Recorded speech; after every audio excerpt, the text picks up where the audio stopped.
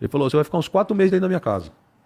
Você vai vir todo dia pra cá. Eu vou te ensinar a linguagem da facção, os estatutos dos PCC, do CDL e do CRBC, as duas inimigas e do principal. Eu vou te ensinar um monte de jogada, como eles lidam com os gravata, tudo. Quando você tiver bom pra poder fazer uma ligação, eu te ponho pra dentro. E se eu falar pra você, sai, você corre. Porque se virar a cadeia e eles passarem do segundo portão, te pegar, você vai pro pote lá e os caras vão cortar tua cabeça e vão pendurar no poste. O caralho, velho. Os polícia que estavam comigo já viraram pra mim e falaram, chefe, não vou. Então, falei, irmão, vai, isso mano, que eu ia te você falar. vai. Você já sentiu ali, meu irmão, o negócio não vai ser fácil. E tu, tenente de rota. Não é qualquer polícia. Eu era doido, cara. Só pra ficar claro pra audiência, tu ficou infiltrado dentro da 2 quadrilha anos. do PCC. Em várias, porque como que eu fazia? A minha história de infiltração começou o seguinte. Eu um dia patrulhando com a viatura de rota em Guarulhos, uma cidade normal, cheguei e os caras tinham sequestrado um dono de uma universidade e do Shopping Internacional de Guarulhos. Um dos caras ricaços em São Paulo. Chamava Luiz Henrique Varésio. Sequestraram ele. Só que os caras abandonaram um carro na frente da casa. Saíram com o carro importado dele mais um. Deixaram o carro quente com a chave no contato. Uma Fiorino branca. O dono da casa queria sair pra trabalhar. Tava abrindo o portão quando os caras cataram o velho. Ficou parado lá, gelado. Anotou a placa do carro, só que anotou só os números. Quando eu tava vindo o carro autônomo, o cara deu com a mãozinha e falou, ó, os caras pegaram um senhor num carro aí, saíram com ele com o carro, outra Fiorino branco, e os 2 caras que estavam armados nessa Fiorino branco entraram no carro do velho. E largaram ela aqui com a chave no contato e não consigo sair pra trabalhar. Ou seja, ele era testemunha visual do sequestro. Eu joguei na rede, que tinha tido um sequestro Ford Taurus, só que eu não tinha a placa do carro completa. Anotei os dados dessa pessoa que viu e liguei para a delegacia para perguntar o que eu faria com aquele Fiorino branco. O delegado não queria prender. Ele falou, não tem queixa. Eu falei, mas, cara, tem testemunha, tem tudo. Ele, não tem nada. O carro não tem queixa. Eu briguei tanto com ele que ele falou, traz aqui que eu faço uma apreensão. Eu levei, ele apreendeu o carro. Apreendeu o carro. No dia seguinte eu tô em casa lá, depois de ter trabalhado, acordei, fui ver no jornal, ó, dono da faculdade do shopping foi sequestrado no seu Ford Taurus, placa tal. Falei, puta, cara da minha ocorrência. Voltei correndo pra rota, cheguei na rota, falei, chefe, sabe aquela Fiorino que eu aprendi? O sequestro dono da faculdade. Ele falou, pô, o cara é meu amigo pessoal, velho. O cara tá sequestrado. Falei, o que o senhor quer que eu faça? Ele falou, vai lá na delegacia de sequestro e fala que o carro que você apreendeu é o carro que sequestrou ele. Eu liguei, os caras, não teve sequestro nenhum. Tá bom. Só que eu peguei a placa, vi o endereço e o telefone. Liguei no telefone da casa do empresário. Falei, eu queria falar com o seu Luiz Henrique. Aí uma mulher, quem tá falando? Eu falei, é o tenente Paganoto da rota. Eu tô sabendo que ele tá sequestrado. Ela, não teve sequestro nenhum. Eu falei, minha senhora, além de ver no jornal, eu tenho informação para passar do sequestro. Aí deu um pi, entrou outra mulher. Quem tá falando? Eu falei, hoje, é o tenente Paganoto da rota. Pois não, o que o senhor deseja? Eu falei, com o que eu tô falando? Ela, doutora Sato, delegada divisionária do DHPP, ela tá até hoje, a doutora Sato lá em São Paulo, ela é da Polícia Civil. Aí eu falei assim, doutor, eu sou o tenente Paganoto da rota, tenho informação sobre sequestro. Ela pode passar. Eu falei, eu não conheço a senhora, nunca vi, não sei o que eu tô falando. Ou é pessoal ou eu não vou passar nada. Ela, então o senhor se apresenta lá no DHPP? Eu falei, eu não me apresento em lugar nenhum, que a senhora não manda em mim. Se a senhora quer conversar comigo, a senhora desce que eu tô na porta aqui. Como que o senhor tá aqui na porta da casa do empresário? Eu falei, porque a placa tá no jornal. E eu sou polícia, eu puxo placa. Aí ela, tô descendo, indignado. Desceu. Não é que o senhor tá aqui mesmo? Eu falei, doutor, eu não tô de brincadeira, tô trabalhando, tô fardado, tô de viatura, tô com equipe. Aí ela, o que o senhor quer passar? Vamos entrar. Aí entrei. Quando eu entrei, tava aquela parafernália nos telefones, um monte de polícia e a família chorando no sofá. Aquele puta clima. Aí eu sentei com ela, pois não, o que o senhor quer me passar? Me tratando igual se eu fosse um Zé Ruela. É normal, né? Aí eu falei, doutor, é o seguinte. Eu tava patrulhando, eu arrolei a testemunha do sequestro. O cara que viu tudo. E tem mais, esse carro que eu apreendi é o carro que os ladrão tava. Tá no primeiro DP de Guarulhos. Ela, o que eu vou fazer com esse carro? Se não tem queixa, não tem nome, não tem nada. Eu falei, ó, senhora, a investigação é da senhora, não sou eu, né? Eu tô falando pra senhora que esse carro tá na fita. Quando ela ligou pro DP de Guarulhos, o delegado de Guarulhos já tinha dado o carro pra uns tira, ficar andando, os caras tinham posto som, tinha lavado, acabou com tudo de perícia. Sim. Tinham destruído a possibilidade de perícia. Ela começou a brigar com outro delegado. Quando terminou a discussão dela, e eu olhando assim com o cara de ué, eu falei assim, a senhora não tem nada? Nada? Não fizeram contato? Nada? Ela falou assim, vou te falar o que eu posso falar. O carro foi encontrado lá em Mariporã, numa cidade de Serra, lá em São Paulo. O carro foi encontrado queimado lá na Serra. E nós pegamos um cara do semi-aberto a 800 metros de lá com as mãos cheias de combustível. Eu tô segurando esse cara desde ontem, eu tenho que liberar porque eu não linko juridicamente ele no carro. E eu sei que tem alguma coisa errada, porque ele tinha, como ele era do semi-aberto, ele tinha que estar na cadeia, ele já tinha que ter voltado. Ele pegou 8 horas da noite lá perto do carro. Então tem coisa errada aí. Eu virei pra ela, o que eu falei pra ela? Será que a Fiorino não é dele? Ela virou e falou assim, será acha mesmo que alguém vai fazer sequestro com carro quente? Eu falei, não, o carro não é quente, tá no nome da Porto Seguro, não tá no nome dele. Mas será que esse carro não é dele? Ela falou assim, eu não vou nem perder tempo com um negócio desse, que eu tenho certeza que ninguém pega o próprio carro e vai fazer sequestro. Eu falei, mas onde que ele estava preso? Ela falou, no Franco da Rocha, o presídio Franco da Rocha. Eu falei, a senhora me autoriza ir lá? Ela falou, vai perder seu tempo. Eu falei, então eu vou lá. Cheguei lá no presídio e chamei o diretor. Falei, ô doutor, tudo bem? Aqui é o tenente e tal. Ele falou assim, fala, cara. E não é como é hoje com polícia penal. A cultura desses caras do passado, eles não queriam contato com polícia. Porque, mano, eu entendo os caras, entendeu? Você trabalhar dentro de um presídio, cara, com o crime te aliciando 24 horas por dia, te pondo medo, se os caras verem você com amizade com polícia, os caras te matam na hora que você vai embora. Então os caras eram arredio com polícia naquela época. Hoje a polícia penal é mais polícia que nós.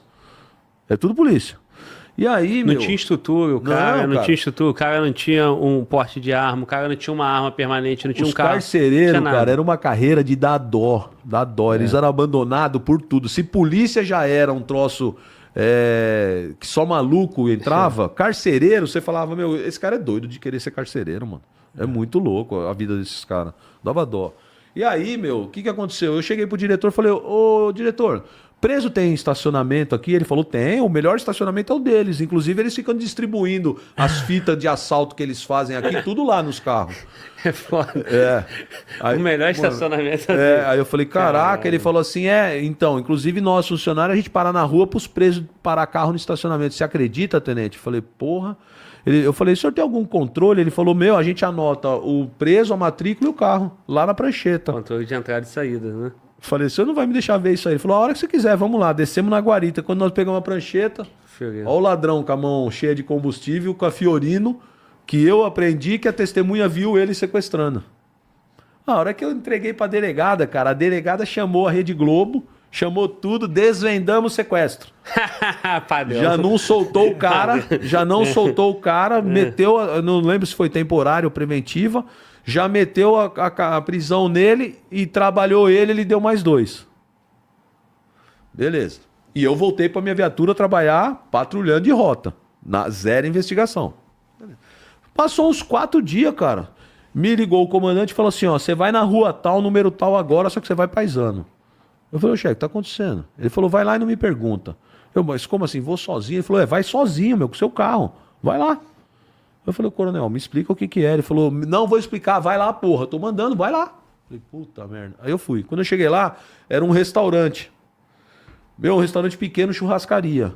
Quando eu entrei, fui num garçom, falei, viu, eu vim aqui procurar um pessoal, eu sou o tenente da rota, já tô sabendo. Foi, cara, ele tinha uma porta, tipo essa sua azul aqui, assim, ele apertou assim, a porta abriu, era uma outra sala com uma mesa cheia de cadeira, era tipo um escritório para comer ali, reservadamente. Reservado. E eu olho pra mesa, cara, tinha uns 8 caras, tudo cabeça branca, igual eu, de terno.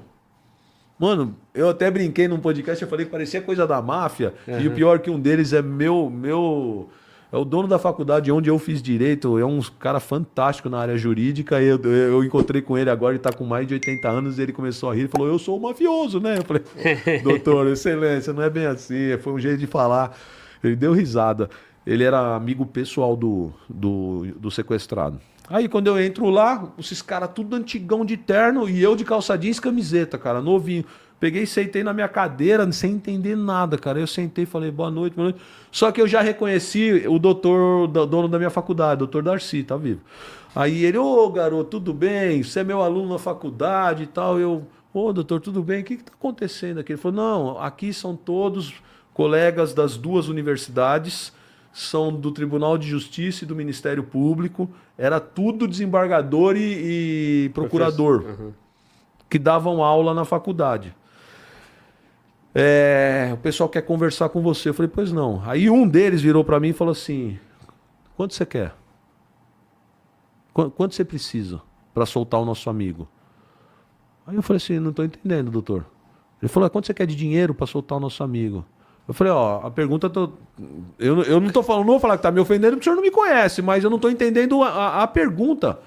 Eu não consigo chegar no pensamento do senhor. Ele falou assim, o que te falta para soltar o nosso amigo? Porque você conseguiu chegar nos caras que pegaram. Agora, o que te falta para soltar ele? Falei, nossa, eu nem sabia que ele ainda estava encarcerado como refém. Ele falou, tá, ninguém acha ele. Eu falei, não é uma questão de dinheiro, é uma questão de investigação. E quem faz investigação é a Polícia Civil, não sou eu. Eu estou trabalhando na viatura. Eles falaram assim, para. Quer helicóptero? Eu falei, o senhor não entendeu, não é material. É de mobilidade, de capacidade de investigar. Ele falou assim, você quer o que investigar? Eu falei para ele assim, eu consegui chegar onde eu tinha que chegar por uma informação dentro da cadeia. Ele falou, então é esse o caminho. Você vai voltar lá no presídio, você vai pedir para falar com o preso do X do que estava no sequestro.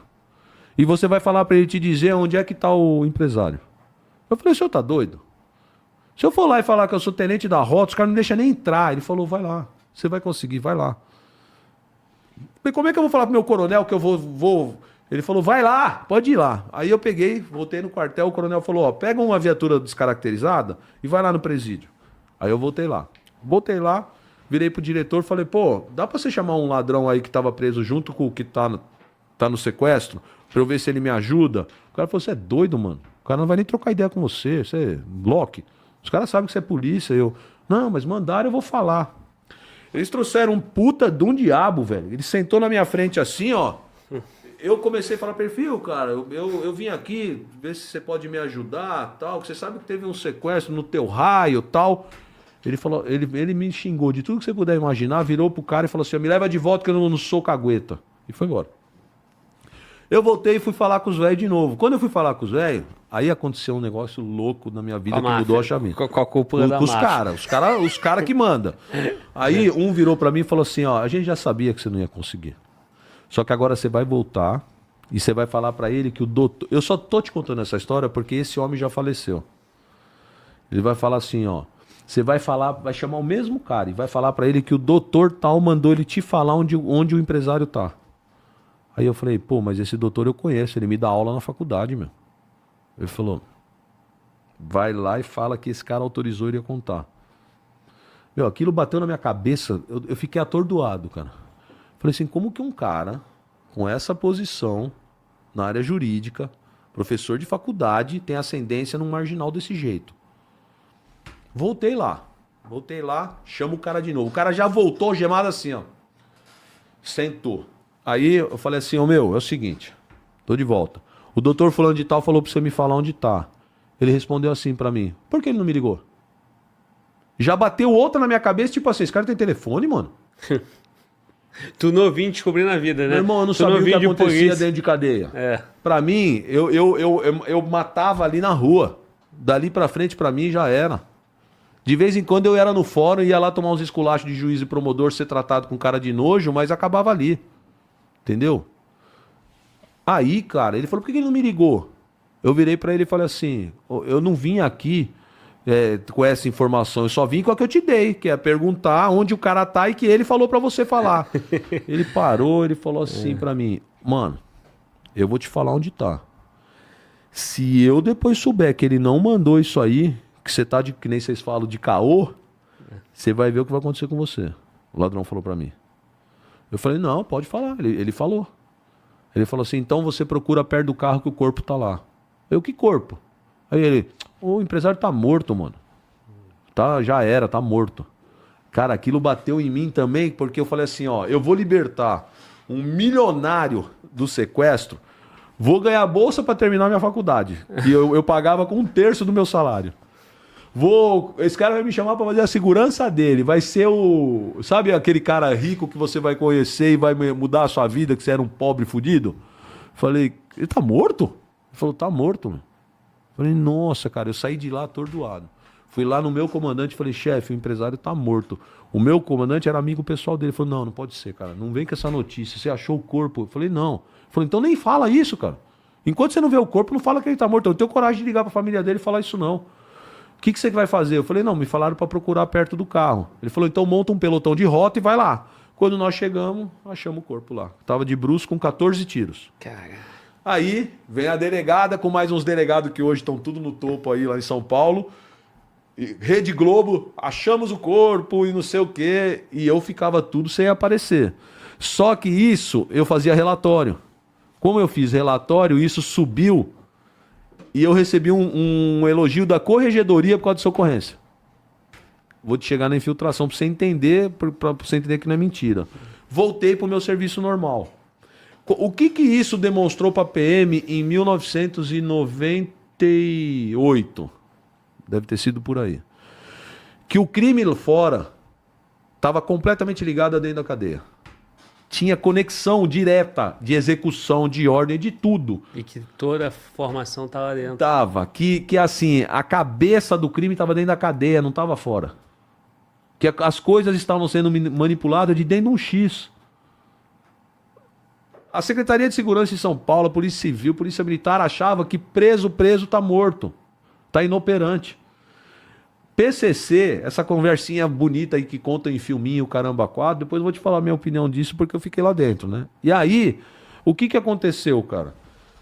2 anos depois dessa ocorrência, começaram a resgatar preso em São Paulo. Teve uma ocorrência que foram resgatar o Pateta, era o maior ladrão de banco de São Paulo. Balearam 2 PM. Os caras estavam em 2 S10 cabine dupla, vestido inteirinho de preto, com fuzil cruzado, com conduta de patrulha. Abria leque e fazia conduta de patrulha. Foram fazer isso no 45 DP, deram um tiro na cabeça do sargento embarcado. Eu cheguei lá, os miolos dele pingavam assim da viatura e o motorista dele amputação de perna com tiro de fuzil. Resgataram uns caras fortes no 45 DP, na Brasilândia. E a de Guarulhos, o sargento Oyama saindo com um preso bom, os caras metralharam ele na viatura ali, morreu. Como tava morrendo PM toda hora nesses resgates de preso, o comandante-geral me ligou. Eu tava no COI. Eu já tinha sido afastado da rota por causa de ocorrência. E eu tava no COI. Eu já tinha colocado na minha cabeça que eu ia aprender a andar no mato. E ficar mais de boa, porque o COI naquela época era bem mais na manha do que é hoje. O comandante-geral me chamou, falou, vem no QG. Cara, e a PM de São Paulo, a corte ela é muito mais versaliense do que eu acho que aqui no Rio, cara. Tipo assim, naquela época, um tenente conversar com o comandante-geral era um sacrilégio. Um comandante-geral falar com um tenente, essa pouca bosta que é tenente. Entendeu? E o comandante-geral era um cara que tinha vindo da cavalaria, o coronel Rui César, que ele era bem operacional. Ele não tava nem aí, cara. Ele mandou me chamar e eu fui direto. Quando eu cheguei lá, ele sentou, ele chamava a gente de Pica-Fumo. Ele tá vivo, esse homem. Ele virou e falou assim, ô Pica-Fumo, senta aí. Você lembra aquele negócio que você fez lá na cadeia de Franco da Rocha? Que você entrou lá dentro e você conversou com os presos, eles te deram a fita? Eu lembro. Você vai entrar nas cadeias do PCC e descobrir quem é essa empresa que está sequestrando e matando os polícias. Porque isso é uma empresa de policiais, viu? Eu, como assim? Ele falou, é polícia que faz conduta de patrulha. Extermina. Eu falei assim, coronel, pode ser militar, Forças Armadas, pode ser policial civil, policial federal, pode ser qualquer outro tipo de polícia, não necessariamente PM. Ele falou, isso você tem razão. Mas pra mim é cara com instrução. Porque eles têm modus operandi e eu quero que cate essa quadrilha. Então você vai juntar uma meia dúzia de maluco que você quiser e vai pra dentro da cadeia trocar ideia com os ladrão, fazer amizade. Eu falei, coronel, o senhor me perdoa, mas o senhor tá doido. Os caras não vão deixar a gente entrar. Os caras odeiam a gente, o sistema penitenciário. Ele falou, você que não entendeu, nós temos uma reunião, nós estamos indo agora. Sabe com quem? Eu falei, não, ele, com o secretário de Segurança e com o secretário de Assuntos Penitenciários. Aí me levou já no andar acima da corte de Versalhes. Aí eu entrou lá, os dois de terno.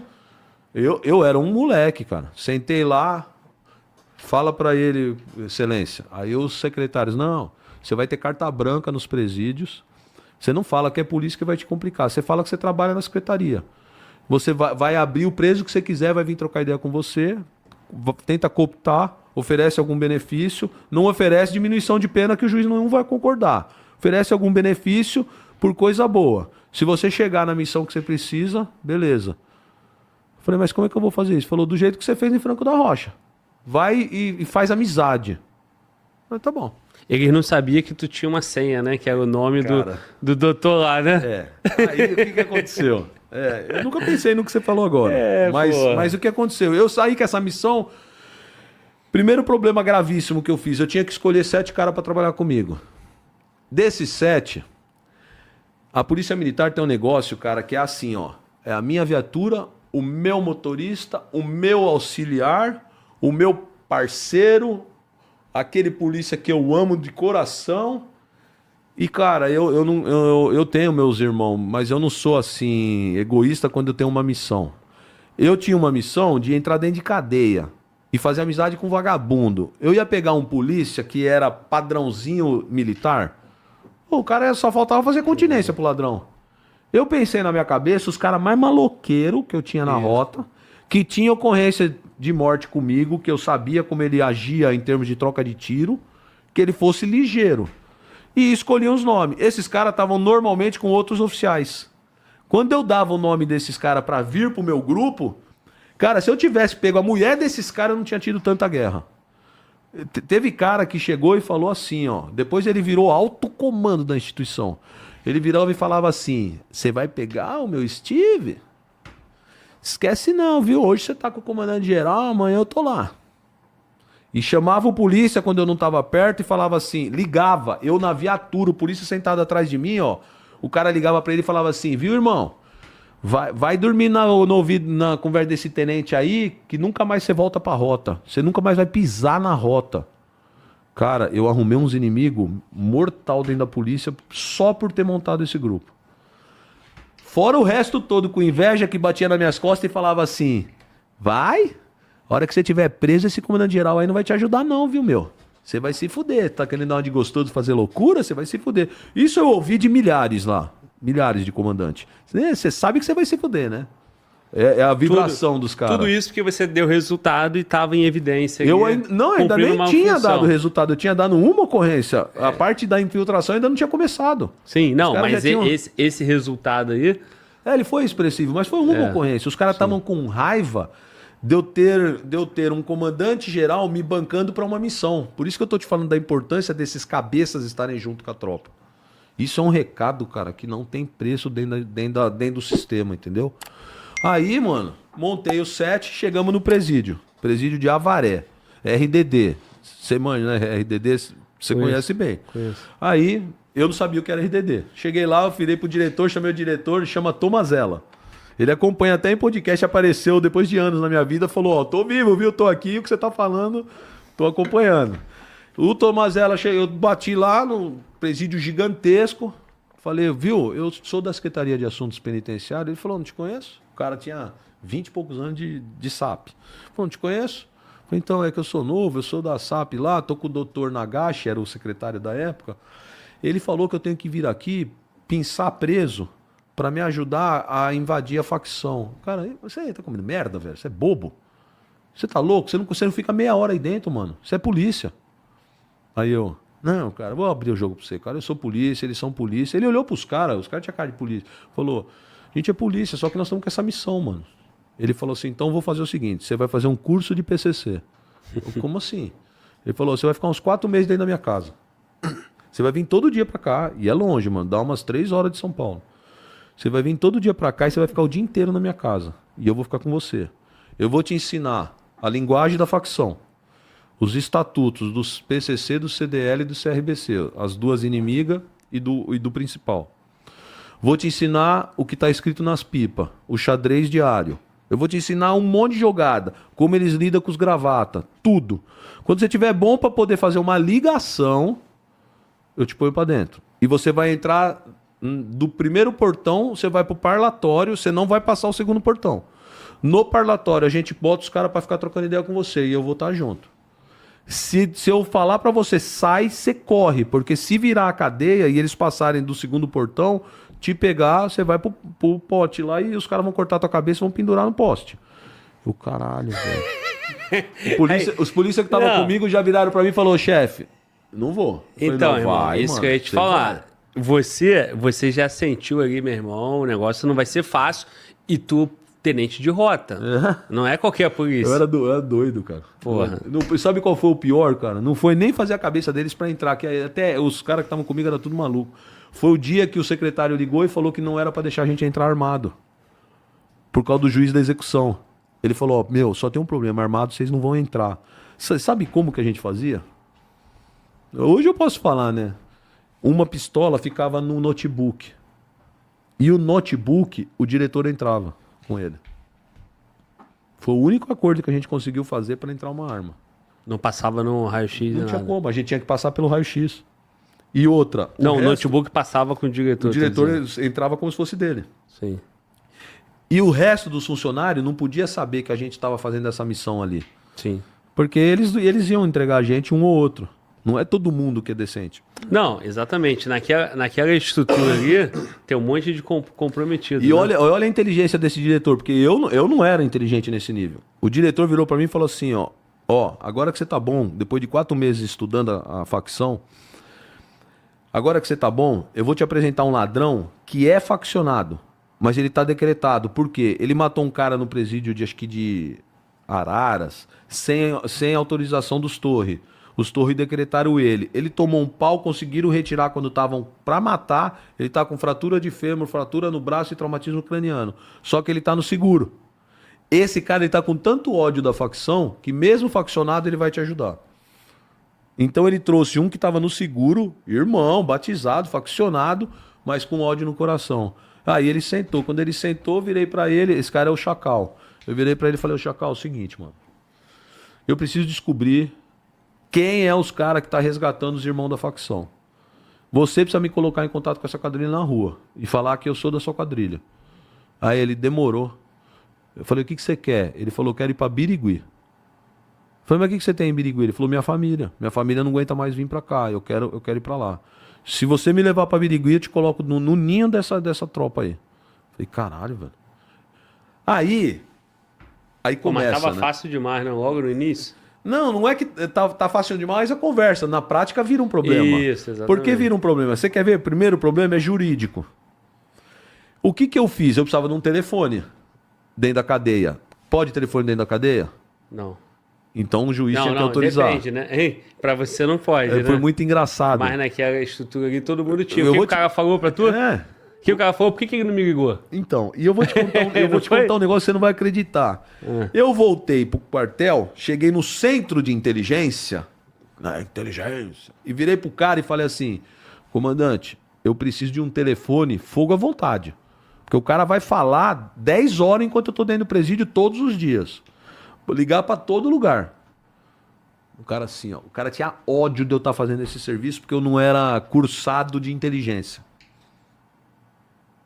Vou te dar um telefone. Eles me deram um BCP pré-pago. Eu não tinha dinheiro para pôr no telefone.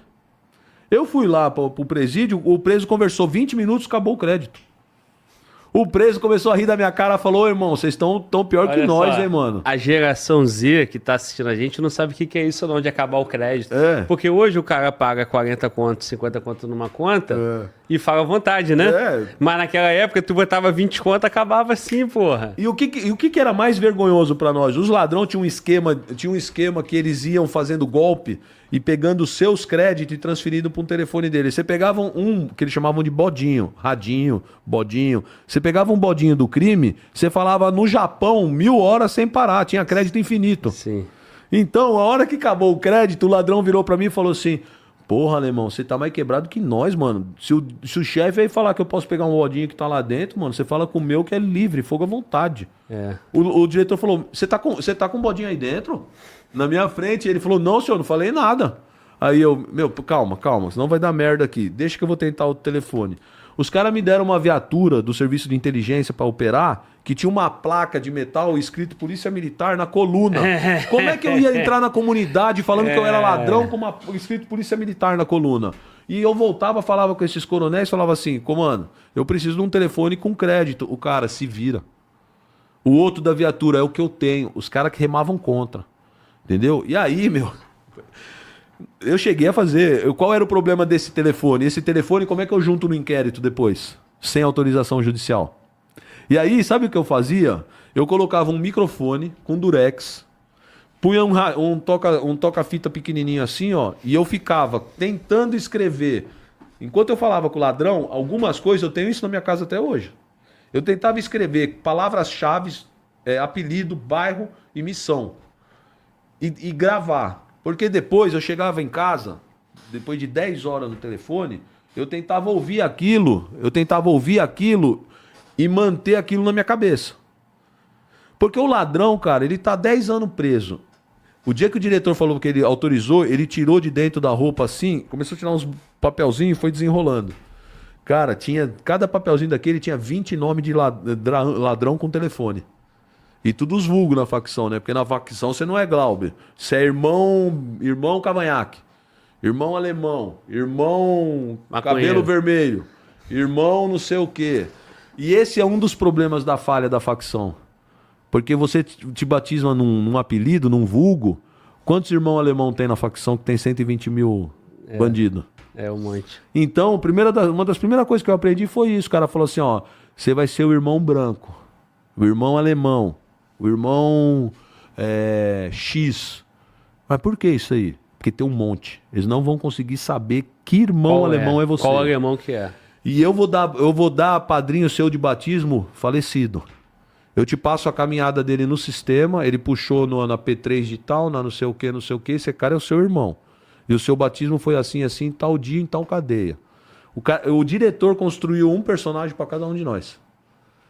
E aí começamos a aprender. Você tinha que ligar, né? Porque quando você liga, você não fala assim, alô, tudo bom, Marcelo, eu quero falar aí com você. Você fizer assim, o ladrão falou, arrombado, qual é que é, mano? Você tá achando que você tá lidando com o Loki?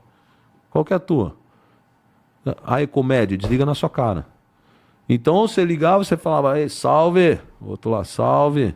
Aí, irmão, paz, justiça e liberdade, era isso mesmo, faço das suas palavras as minhas. Ele, beijo no seu coração, as palavras mesmas daqui. E aí você ia na conversa de facção, mano, entendeu?